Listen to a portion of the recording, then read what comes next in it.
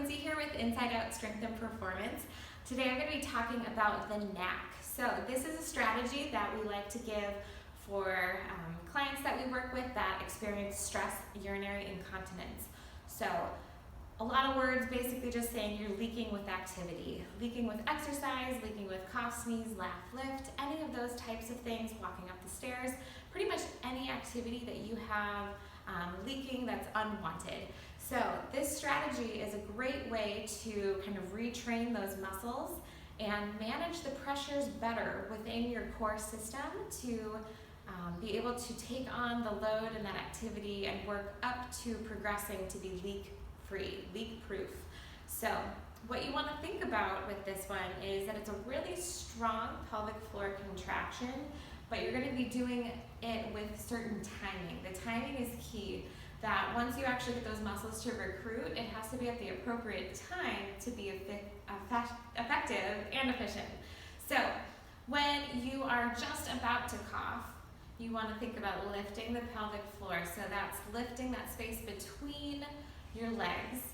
Okay, so you're going to lift the pelvic floor. You're not squeezing your bottom. You're also not squeezing down into abs. It's just the pelvic floor, that space between the legs, between the sit bones. You're going to do a really strong contraction and then relax. And then when you cough, that's going to help get more of that actual reflex of those muscles to help go up.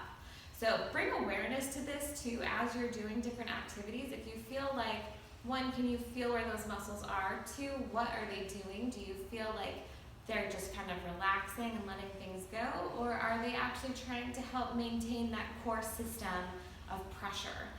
So with the cough, you want to make sure that you're lifting and then coughing.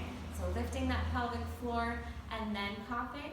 And then for sneezing, this one can be a little tricky, but I recommend just doing a really strong pelvic floor contraction prior to the sneeze if you have a chance. I wouldn't necessarily recommend trying to hold a pelvic floor contraction while you sneeze. That's essentially the same thing as plugging your nose when you sneeze. That doesn't always get very pretty. So I just recommend doing the really strong recruitment while you're doing that one before the sneeze to help with some of those symptoms. And then as you're going through other activities or different things, such as stairs or different activities, thinking about exhaling and lifting that pelvic floor on the task.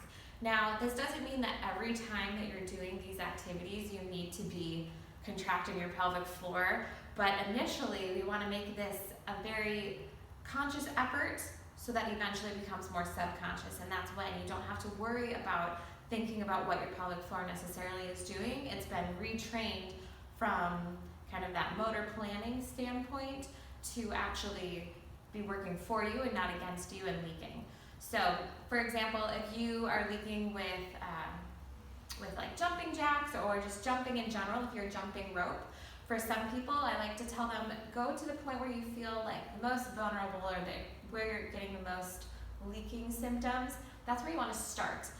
So then you're going to exhale, exhale, exhale, exhale. And while you're doing that exhale, that also is simultaneous with the pelvic floor contraction. And then starting from there as your kind of base point, then working into seeing maybe you can hold the pelvic floor contraction a little bit as you're doing those different exercises. There's a lot of pieces that go into this, but in general, starting with just that strong muscle recruitment of the pelvic floor before and during some of those tasks that are giving you symptoms of leaking is a great place to start. If you have further questions though, please reach out. This is individualized for you, and so we want to make sure that if you do need further assistance or further guidance, to have you reach out, because I would be so happy to help. So comment below or give me a message or an email, and I'd be happy to help in any way.